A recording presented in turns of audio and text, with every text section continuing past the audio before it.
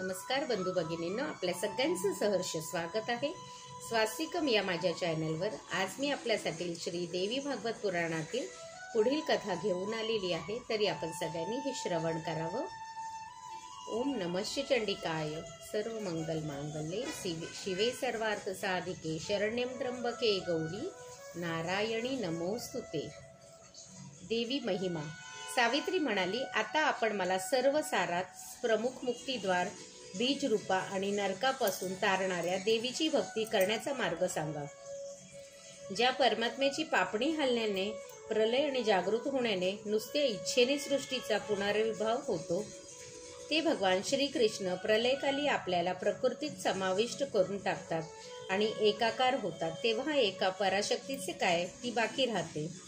तोच निर्गुण आणि प्रथम प्रतिष्ठित पुरुष होय, असे वेदविज्ञानांचे म्हणणे आहे। ती अव्यक्त मूल प्रकृतीच व्यक्त समजली जाते। तीच त्या छिद्रभ्रमाहून अभिन्न आहे, त्यामुळे ती प्रलयासुद्धा व्यवस्थित स्थित असते। चारही वेद मुक्तींचे 4 प्रकार सांगतात, त्यात भक्ती हीच मुख्य होय। मुक्तीचे एक रूप सालोक्यदाता, दुसरे सारूप्यदाता, तिसरे सामिप्यदाता आणि चौथे निर्वाण देणारे आहे। भक्तजन श्रीकृष्णाची भक्ती सोडून ह्या मुक्तीची इच्छा धरीत नाहीत। मुक्तीत सेवेचा अभाव असतो आणि भक्तीत सेवा निरंतर वाढत राहते। ज्ञानीजन कर्माच्या भोगालाच निषेक मानतात। त्या कर्मभोगालाच नष्ट करण्याचा श्रेष्ठ उपाय म्हणजे मूळ प्रकृतीची सेवा करणे। हे साध्वी, हेच तत्वज्ञान लोक आणि वेदांत प्रचलित आहे।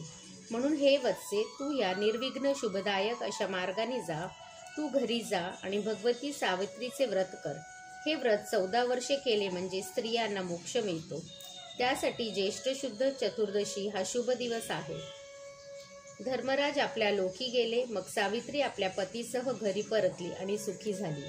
सूर्यदेवाची अधिदेवी आणि वेदमंत्रांची अधिष्ठात्री असल्यामुळे या देवीला सावित्री म्हटले आहे। श्रीदेवी पर्णमस्तु, शुभम भवतु, शुभम भवतु, शुभम भवतु। ओम नमः चंडिकाय, ओम नमः चंडिकाय।